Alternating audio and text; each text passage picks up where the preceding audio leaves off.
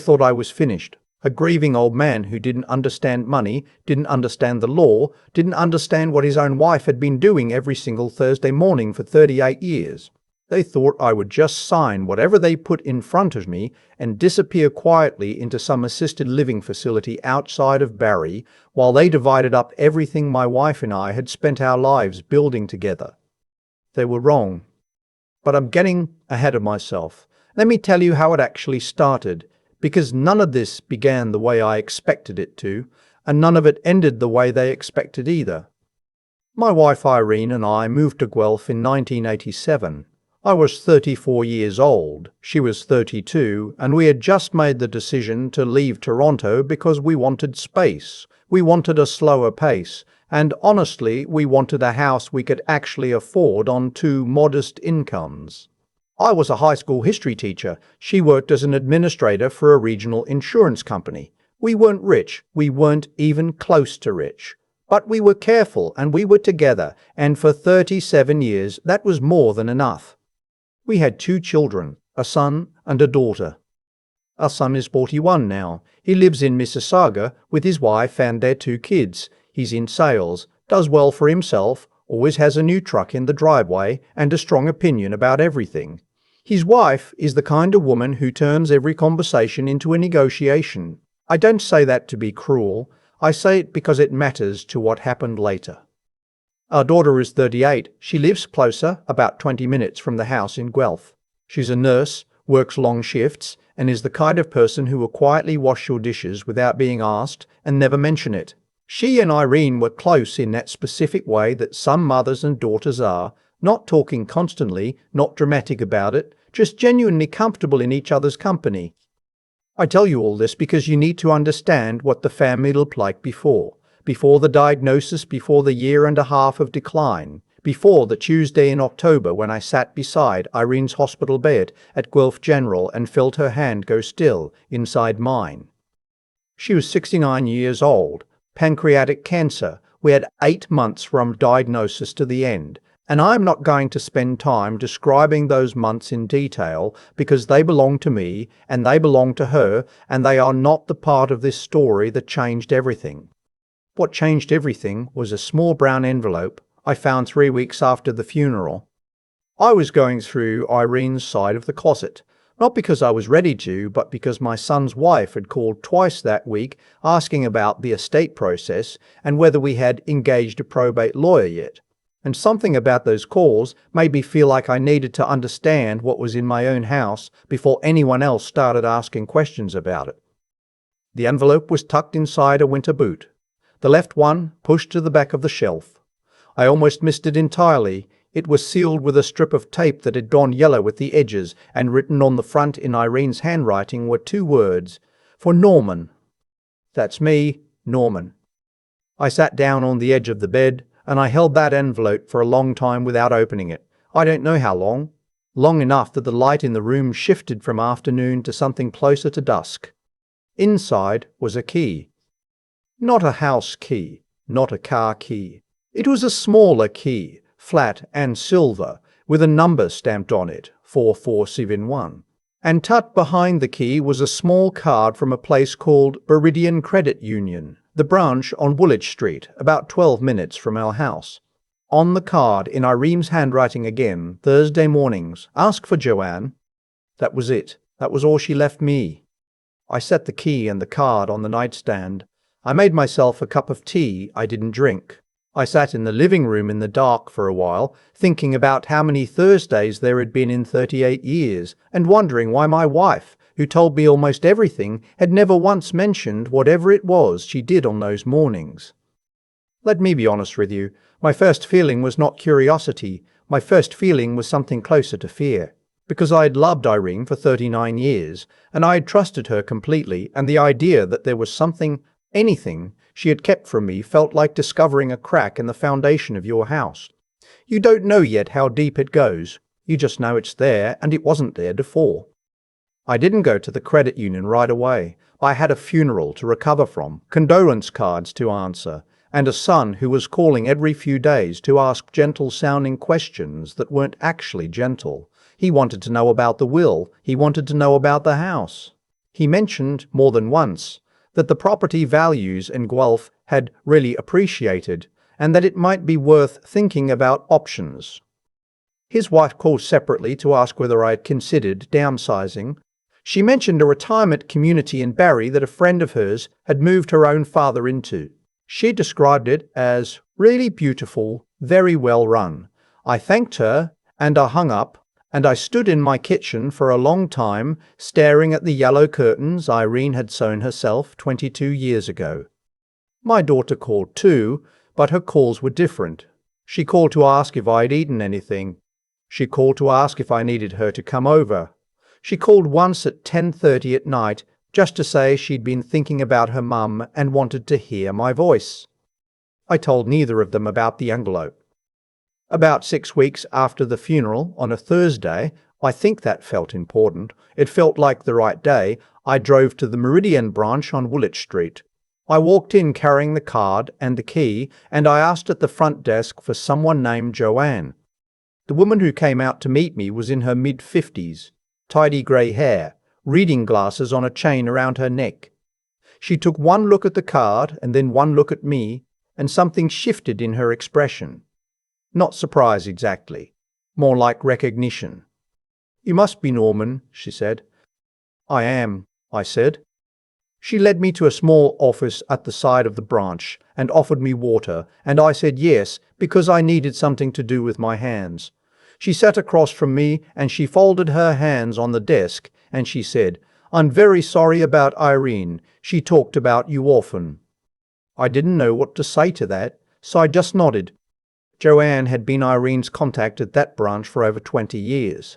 She told me that Irene had come in almost every Thursday morning, first thing before 9, before most people were even thinking about their day, and that over the years they had become something that existed in that particular space between professional and personal, not quite friends, not strangers either. "What did she do here?" I asked. Joanne paused in a way that told me she was deciding how much to say. Then she said, "I think it would be better if I showed you." She walked me to a room near the back of the branch, a small room with a long counter and a series of safe deposit boxes along the wall. She used her key and then the key from the brown envelope, and she opened box 4471 and she set it on the counter in front of me. I looked inside. There were documents, folders, handwritten notes, and on top of everything, a sealed envelope, a white one this time, with my name on the front. I didn't open it there. I couldn't. I asked Joanne if I could take everything with me. She said I could. She helped me carry it out to my car in a canvas bag the branch kept for exactly that purpose. And when we got to the parking lot, she put her hand briefly on my arm and said, "She was very proud of you, Norman. She said that a lot." I drove home, and I sat at the kitchen table, and I started reading. I need you to understand that what I found in that box was not what I was afraid of. It was not what any frightened, grieving man would fear when he discovers his wife had a secret. It was the opposite of that.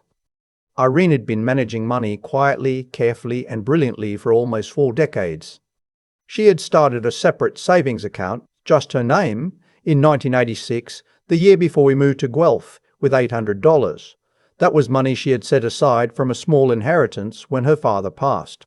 She never mentioned it because she said in her letter, and I'll tell you about the letter in a moment, that she didn't want it to become part of the shared math. She wanted it to be something she could grow on her own, something that would be there if everything else went wrong. Over the years, she had contributed to it steadily. Nothing dramatic. $20 here, $50 there. When she got a raise, she put half of it in there. When she sold her mother's china set at an estate sale in 2003, that money went in there too. She had investments, GICs mostly, solid and Canadian, and boring and exactly right for someone who was playing a very long game. She had a small, non-registered investment account that she had managed herself, mostly index funds, almost no fees. She had reinvested dividends automatically for over 30 years. By the time she died, the account held just under $340,000.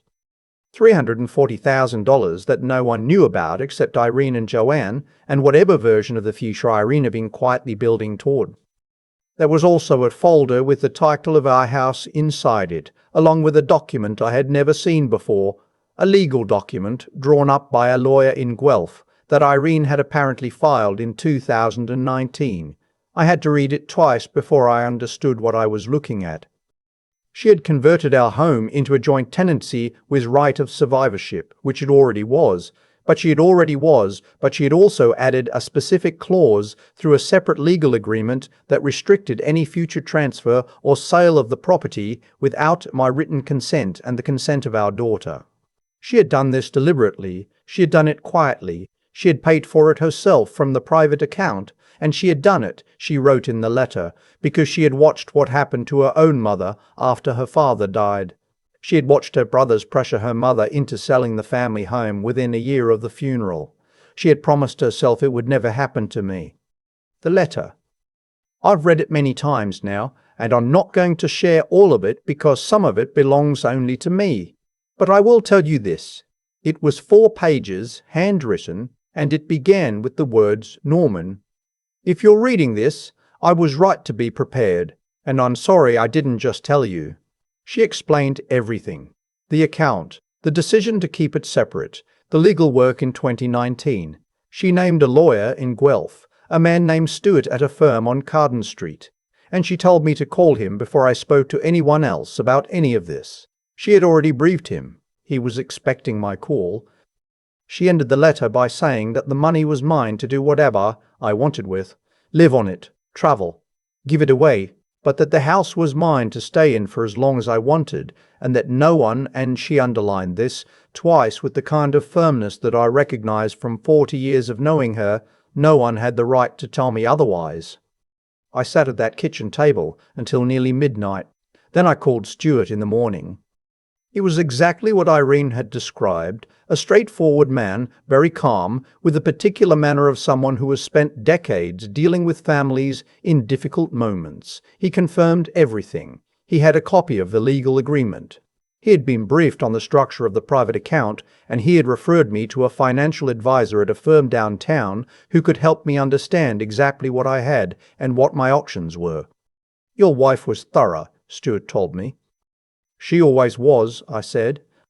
Here's what happened next. About 2 months after I visited the credit union, my son called and asked if he could come to the house. I said yes.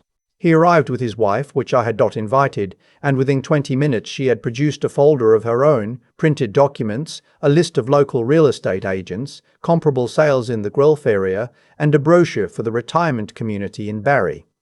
She said, and I am not exaggerating this, that the community had a lovely dining room with a view. My son sat beside her and did not say much. He has always been someone who lets other people do the talking when the talking might be uncomfortable. I have known this about him since he was a teenager. I listened to everything she said. I let her finish. I didn't interrupt, didn't raise my voice, didn't show her any of what I'd been feeling in the weeks since Joanne had set that canvas bag in the back of my car. Then I said that I wasn't moving, that the house was legally protected in a way that made any transfer without my consent impossible, and that if there were further questions about the estate, they were welcome to direct them to Stuart, whose card I slid across the kitchen table. The silence in that room was very specific, the kind that happens when someone expected a door to open and instead walked into a wall. My son looked at the card. His wife looked at the card. Then she looked at me, and I think for the first time she was actually seeing me, not a grieving old man who needed to be managed, but someone who had done his homework. She said, "We were just trying to help." I said, "I know."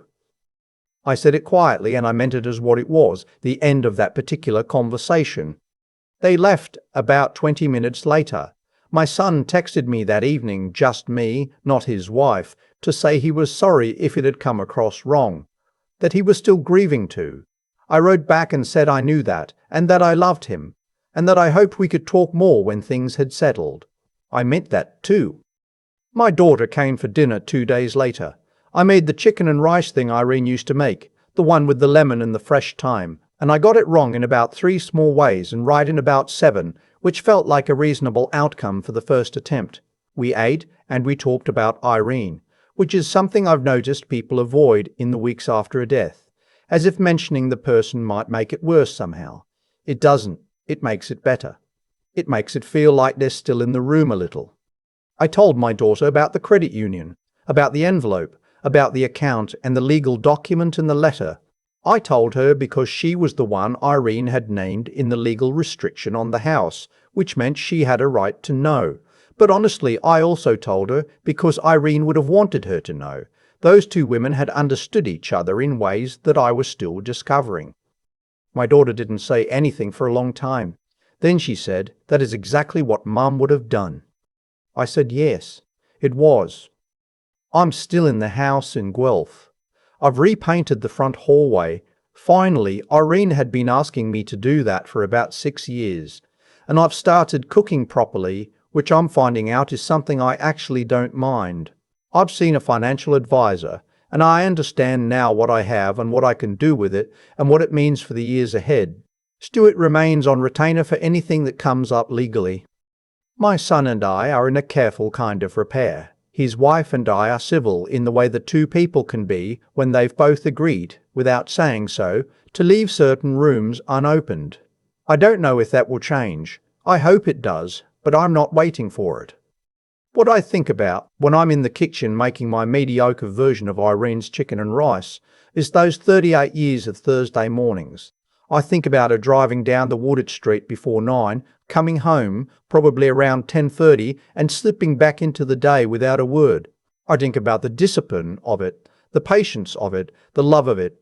Honestly, the very specific kind of love that looks like quietly protecting someone from something they don't yet know is coming. She couldn't tell me. I understand that now. If she'd told me, it would have become part of the household conversation, and it would have changed what it was. It was her act of private care, her way of standing between me and the future. I found a photograph last week in the box from the credit union that I hadn't noticed before. It was from maybe 2001, 2002. We're standing in the backyard, summer, and Irene is laughing at something off to the left. She's not looking at the camera. I have absolutely no memory of this photograph being taken, but she kept it. She kept it in that box for 20 years. I put it on the nightstand where I can see it in the morning. She built me a fortress. The least I can do is live in it properly. I keep thinking about that winter boot on the closet shelf, the left one, pushed to the back where no one would look unless they were looking. That's where Irene put 38 years of quiet decisions, not in a safe, not in a lawyer's drawer, but tucked inside an ordinary thing in an ordinary room. She knew me well enough to know I'd find it eventually. She also knew me well enough to know I'd need to find it alone. What happened to me after Irene died wasn't just grief, and it wasn't just family conflict. It was a test of who I actually was when everything external had been stripped away. When my son's wife set that brochure on my kitchen table, the one with the dining room view in Barry, I had two choices. I could collapse into the role they had already written for me, the sad, confused old man who needed to be managed. Or I could become what Irene had spent 38 Thursday mornings quietly preparing me to be. She didn't leave me money. Not really. What she left me was clarity. She had thought carefully, acted honestly, and built something that could stand up under pressure. That's not luck. That's a particular kind of wisdom. The kind that doesn't announce itself, that doesn't need an audience, that just keeps showing up every Thursday before 9 and doing the work. I think about what it took to do what she did, the discipline of it, contributing $20 here, $50 there, year after year, without ever seeing dramatic results. Most people want to see the proof that their efforts matter before they keep going. Irene just kept going. She understood something I've had to learn the hard way, that the results of a good decision made today might not arrive for another decade, and that's not a reason to stop. That's the point. And then there's what she did in 2019 when she went to Stuart's office on Carden Street and had that legal agreement drawn up. She didn't have to do that. Nothing was going wrong at the time. But she had watched what happened to her own mother, and she made a choice. A deliberate, clear-eyed, uncomfortable choice to do something about it before the crisis arrived. That's not paranoia. That's integrity. Caring for someone sometimes means preparing for their hardest day, even when you won't be there to see it. The people who came into my house with brochures and real estate comparables weren't evil, I don't believe that, but they had stopped seeing me as a person with agency and started seeing me as a situation to be resolved, and I nearly let them. That's the part I sit with sometimes. How close I came to just going along with it, because I was tired and sad and it seemed easier to let someone else decide. Irene's letter stopped that. Her 38 years of Thursday mornings stopped that. I've started cooking properly. I repainted the hallway. I had the meeting with the financial advisor and I understood every word of it. These are small things, but they're mine, and I think that's what Irene was trying to give me all along. Not security in the financial sense, but the kind of quiet confidence that comes from knowing you can stand on your own ground. She built the fortress. I just had to choose to live in it.